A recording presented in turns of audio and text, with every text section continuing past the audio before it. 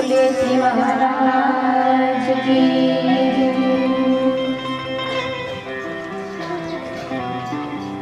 नंदनंदन बाके बिहारी भगवान श्री कृष्ण ना चरणों में वंदन, प्रगटनाथ महादेव ना चरणों में वंदन एवं आप सौना हृदय में विराजमान परम कृपाळु परमात्मा ना चरणों में वंदन।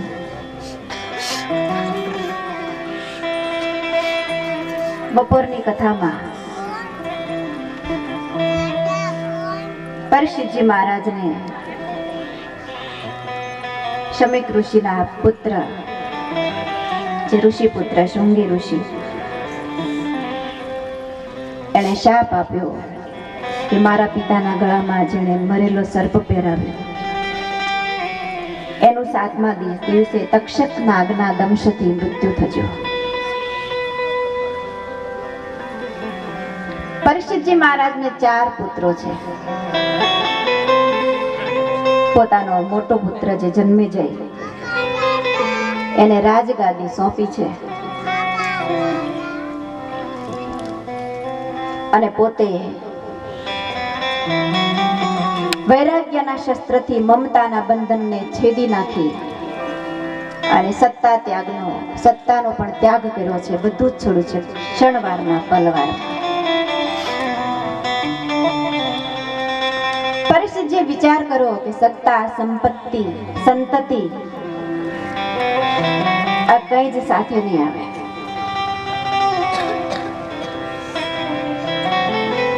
બંધનમાં આવે છે। એણે આપણને નથી પકડ્યા, આપણે એને પકડ્યા છે। મમતાને માયાને મોહને આપણે પકડ્યા છે।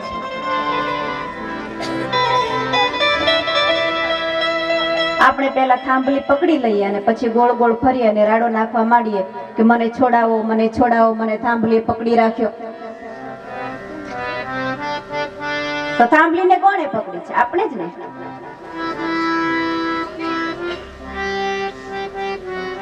તો એમ બંધન મમતા રૂપી બંધન એને આપણે જ પકડ્યા છે।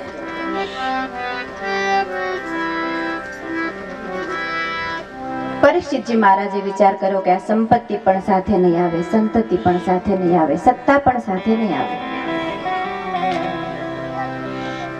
તરત જ છોડી દીધું।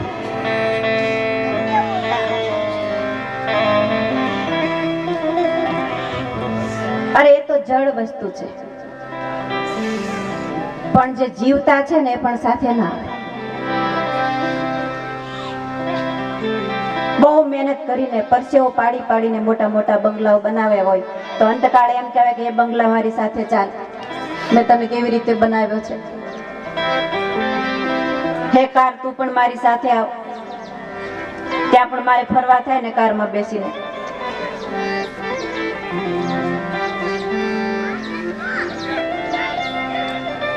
અરે એ તો જડ વસ્તુ છે, તો નથી જ સાથે આવવાની, પણ પેલી જીવતી છે ને જીવતો છે ને એ પણ સાથે ના આવે। જે જન્મો જન્મના બંધનથી બંધાયા છે, જે લગ્ન વખતે જે ફેરા ફરે પતિ પત્ની અને છતાં મૃત્યુ થાય તો પત્ની કઈ પતિની સાથે નથી જતી અથવા તો પતિ એ પત્નીની સાથે નથી જતો।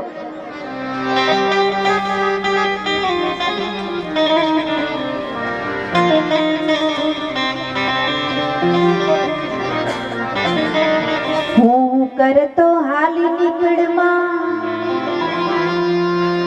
અરે હું કરતો હાલી નીકળમાં, મોટપમાં નથી બહુ સારું, આ લોટ પાણીનો લાડવો પકડાવશે અને બીજું બધું બાઈ પર બારું। અરે 7 માળના મહેલ બનાવ્યા, 7 માળના મહેલ બનાવ્યા, એમાં ફર્નિચર છે બહુ ન્યારું, લાખો રૂપિયાનું બનાવ્યા, પણ 7 વેતનો સાથવો પકડાવશે, 7 વેતનો સાથરો પકડાવશે अरे बीजू बाधु भाई परबारो कई સાથે નહીં આવે એકલા જાવ્યા મનવા એકલા જવાના સાથી વિના સંગી વિના એકલા જવાના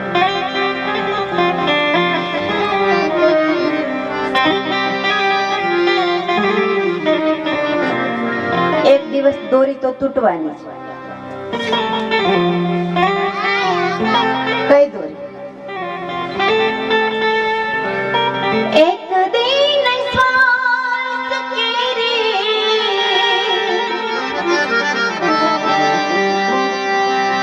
एक दिन श्वास केरे डोरी टूटवानी प्रभु पासे हरि पासे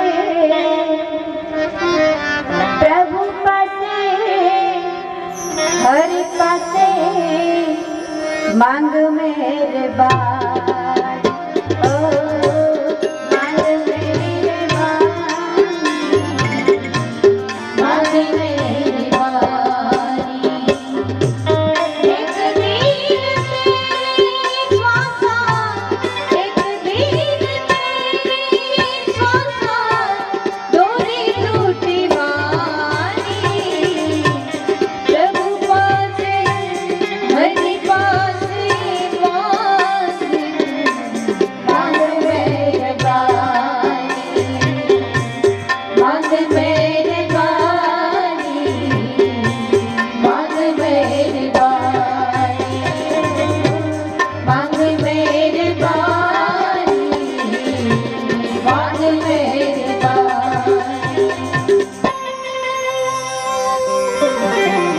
પરીક્ષિતજી મહારાજ પુત્રને ગાદી સોંપી બધું છોડી સંતોના શરણે ગયા છે અનેક ઋષિ મુનિઓને મળ્યા મોટા મોટા પરમહંસોને મળ્યા છે કે 7મા દિવસે મારું મૃત્યુ છે તો જેનું મૃત્યુ નજીક આવ્યું હોય એને શું કરવું જોઈએ મૃત્યુને મંગલમય બનાવવું હોય તો શું કરવું જોઈએ પણ કોઈ સંત કોઈ ઋષિ તૈયાર ન થયો કારણ કે 7 દિવસનો જ સમય છે નહીં તો મોટા મોટા પરમહંસો હતા પરીક્ષિતજી મહારાજ મૂંઝાયા છે કે શું કરવું જ્યારે અધિકારી શિષ્ય થાય ને ત્યારે અધિકારી ગુરુ સામે ચાલીને મળવા પરમાત્માને પરીક્ષિતજી મહારાજ આર્તનાદ કરે છે હે પ્રભુ હવે તું કઈક રસ્તો બતાવ અને આર્તનાદ સંભળાયો અને તરત જ પરમાત્મા સુખદેવજી મહારાજને આજ્ઞા કરે છે આ બાજુ પરીક્ષિતજી આર્તનાદ કરે છે ગુરુજી દર્શન બિને જીરા મેરા तरसे गुरुजी मेरे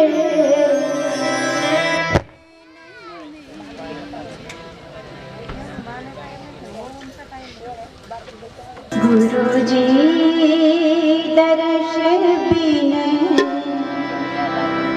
जियरा मेरा तरसे गुरुजी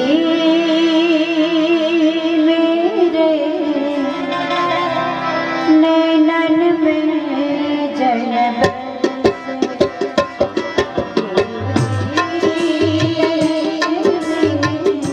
हीरा मेरा तरसे गुरुजी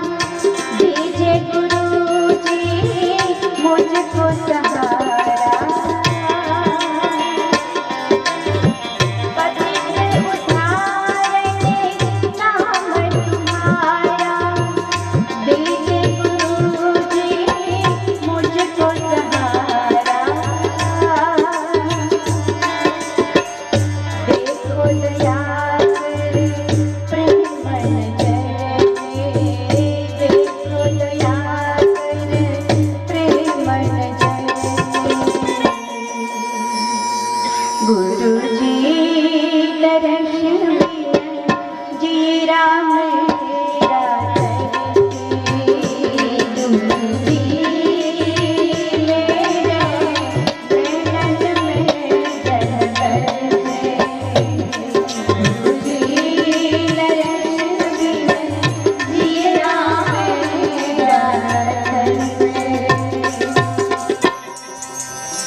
પરીક્ષિતજી મહારાજ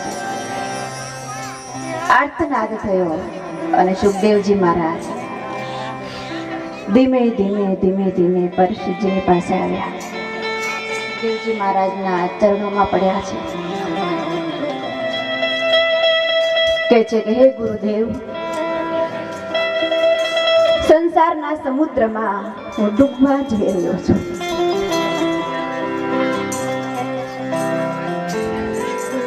તો મને તારશો?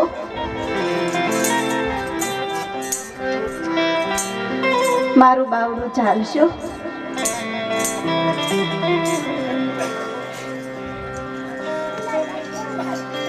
इतना तो वेद गुरुजी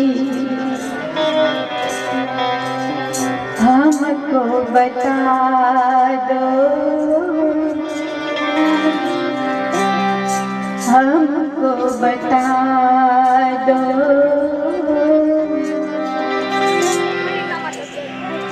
समझ पकड़े गुरु मोरी बैया रे,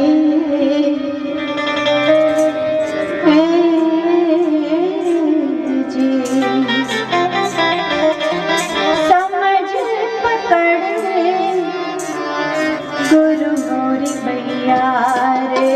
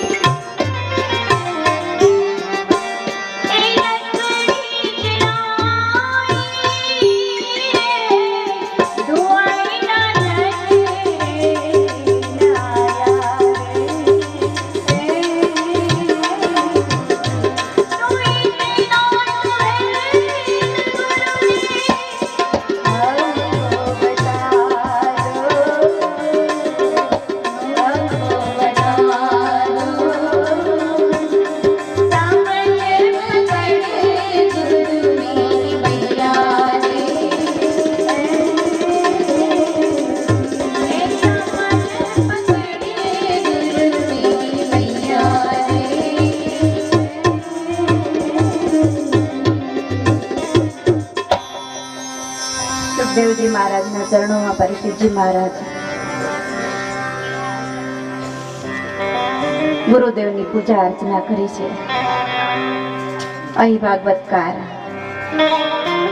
પ્રથમ સ્કંદને વિરામ આપે છે. इति श्रीमद् भागवत महापुराण प्रथम स्कंध समाप्त. श्री कृष्णार्पणमस्तु.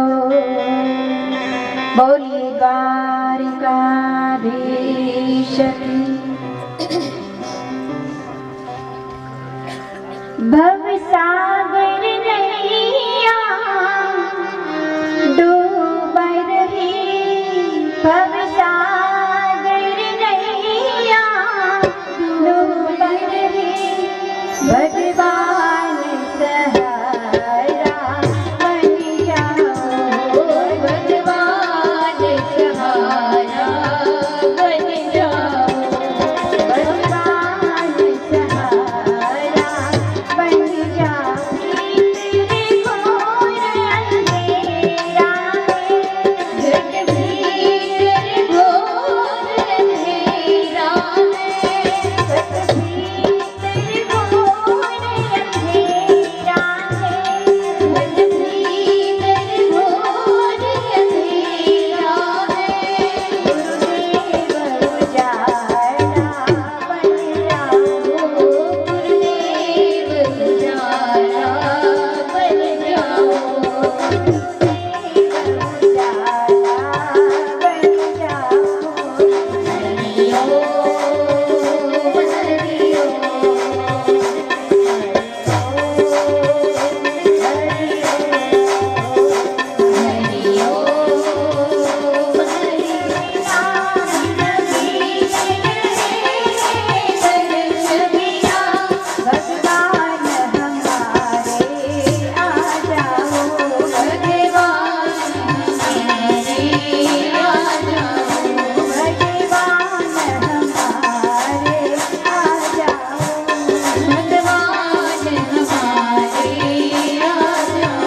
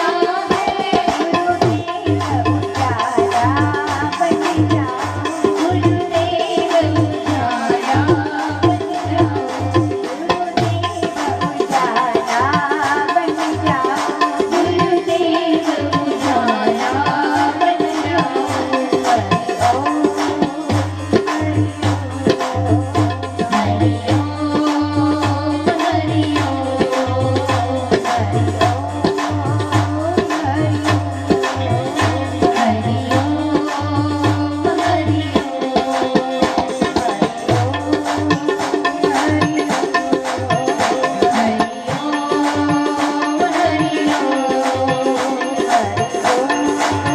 ओम,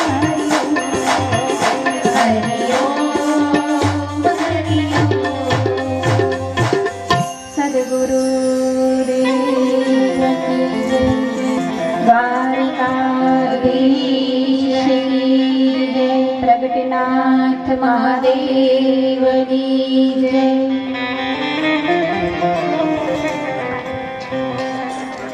શ્રીમદ ભાગવતનો પ્રથમ સ્કંદ એ છે અધિકાર લીલા અને દ્વિતીય સ્કંદ એ છે સાધન લીલા. અધિકાર વિના જ્ઞાન મળતું નથી અને સવારની કથામાં પણ કહેવાયું અને કદાચ જો મળી જાય તો એને પચાવી ન શકે. પાત્રતા હોય તો જ એ પચાવી શકે.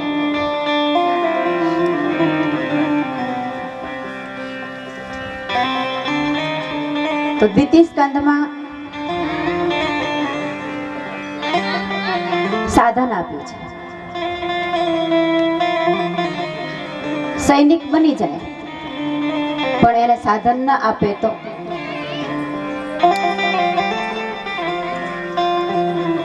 અધિકાર પ્રમાણે સાધન મળતા હોય.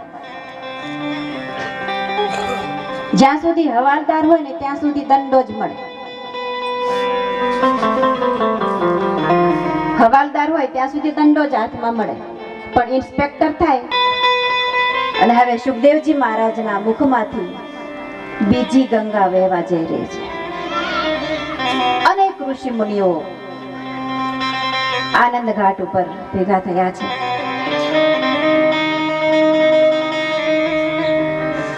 આતુરતાથી રાહ જોઈ રહ્યા છે કે ક્યારે સુખદેવજી મહારાજના મુખમાંથી વાણી પ્રવાહિત થાય. જાણે વક્તાના જીભ ઉપર લટકતા હોય. તરસ લાગે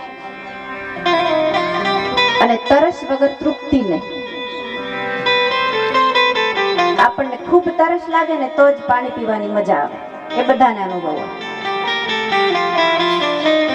તો કથા ગંગા એવી છે કે એક બાજુ તરસ અને એક બાજુ તૃપ્તિ, એક બાજુ ઓડકાર આવતા જાય. બહુ મજા આવી, બહુ મજા આવી.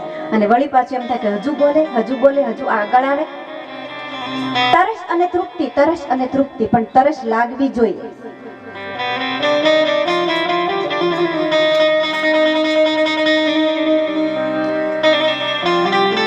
એક ટ્રેનમાં એક લગભગ 7 વર્ષનો બાળક, હાથમાં ઉનાળાનો સમય છે, નાનકડું એવું નવું માટલું છે માટીનું,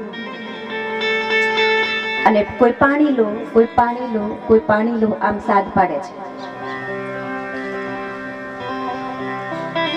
એક ભાઈએ પૂછ્યું કે બેટા એક ગ્લાસનું શું લઈશ? એટલે આ બાળકે એમ કીધું કે એક ગ્લાસના 5 રૂપિયા. અરે એવું તે કઈ હોતું હશે, 5 રૂપિયામાં આવતો હશે, 1 રૂપિયામાં એક ગ્લાસ મળે. મંડો જેમ તેમ બોલવા. આ બાળકે કઈ આનાકાની ન કરી. નહીં તો તમે જોજો, કોઈ ફેરિયા હોય, કોઈ ટ્રેનમાં આપણે જતા હોય, કોઈ ખરીદી કરવા માટે જતા હોય, આપણે કહીએ ને કે આની શું કિંમત, કે કેટલા રૂપિયા, તો આપણે હાલતા થઈએ ને એટલે પાછળ પેલા દોડે કે તમારે કેટલામાં લેવું છે, બોલો જોઈ, બોલો જોઈ. આ બધાને અનુભવ હોય. પણ આ બાળક મરક મરક હસ્યો ને કઈ બોલ્યું ને આગળ જતો રહ્યો. હવે એક સંત આ દ્રશ્ય જોયું, એ પણ ટ્રેનમાં બેઠા હતા, એક મહાત્માજી. સ્ટેશન આવ્યું, ત્યાં આ બાળક ઉતરો, સંત ઉતર્યા. એને બાળકને પૂછ્યું કે બેટા, ટ્રેનમાં તું પાણી વેચે છે, કોઈ પાણી લો, પાણી લો, અને એક ગ્લાસના 5 રૂપિયા લે છો, બરાબર. પણ પહેલા ભાઈએ તને પૂછ્યું કે એક ગ્લાસના કેટલા રૂપિયા? તે કહ્યું કે 5 રૂપિયા. અને તું આગળ ચાલતો થયો અને કઈ તે આનાકાની ન કરી, કઈ કહ્યું નહીં, પૂછ્યું ને કે ભાઈ તમારે કેટલા રૂપિયામાં જોઈએ છે, કાંઈ નહીં, અને તું સીધો મરગ મરગ હસ્યો ને ચાલતો થયો. ત્યારે બાળકે કેટલો સુંદર જવાબ આપ્યો કે બાપુ, એ માણસને તરસ જ નહોતી લાગી. જો એને તરસ લાગી હોત ને તો મને એની કિંમત ના પૂછે. પહેલા તો પાણી લઈ લે, ગ્લાસ પી, અને પછી પૂછે કે હવે આના કેટલા રૂપિયા. બહુ તરસ લાગી હોય ને પછી કિંમત પૂછવાનો. હવે તો પાણી મળે તો જલ્દી શાંતિ થાય, નહીં તો એમ થાય કે હમણાં જીવ જતો રહેશે, વેકળામણ થવા લાગે. પણ તરસ લાગી હોય તો ને.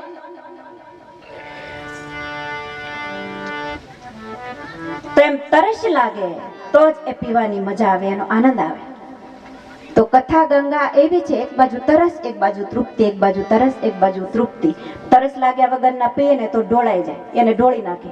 આપણને કોઈ આખો ગ્લાસ આપે અને તરસ ન લાગી હોય તો એક ગુટડો પીને મૂકી દે, અથવા તો ઢોળી નાખીએ. પણ બહુ તરસ લાગી હોય તો એક ગ્લાસ ફટાફટ પી જાય ને વળી પાછા બીજો માંગે.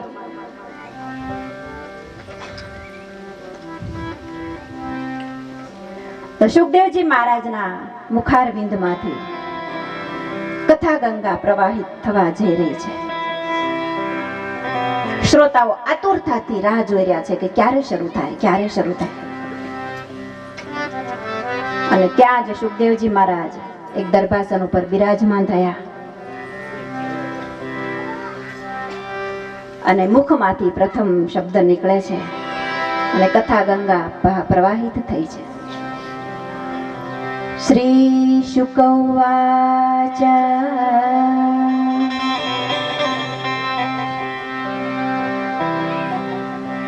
વરિયાને શિતે પ્રશ્નઃ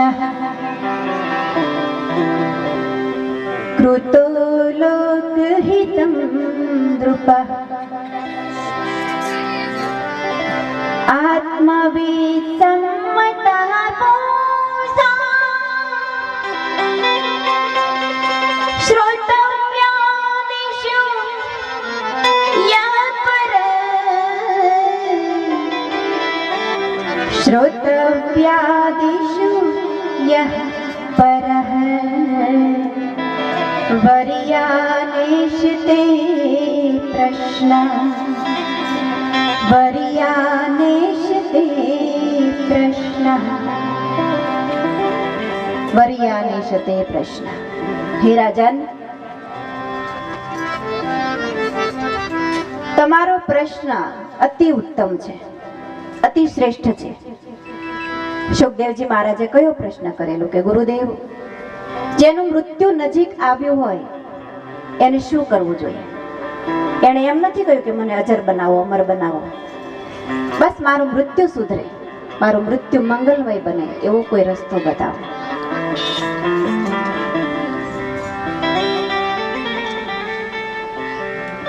સુખદેવજી મહારાજ કહે છે કે રાજન, સાંભળવા યોગ્ય તો હજારો વિષયો છે, કરવા યોગ્ય હજારો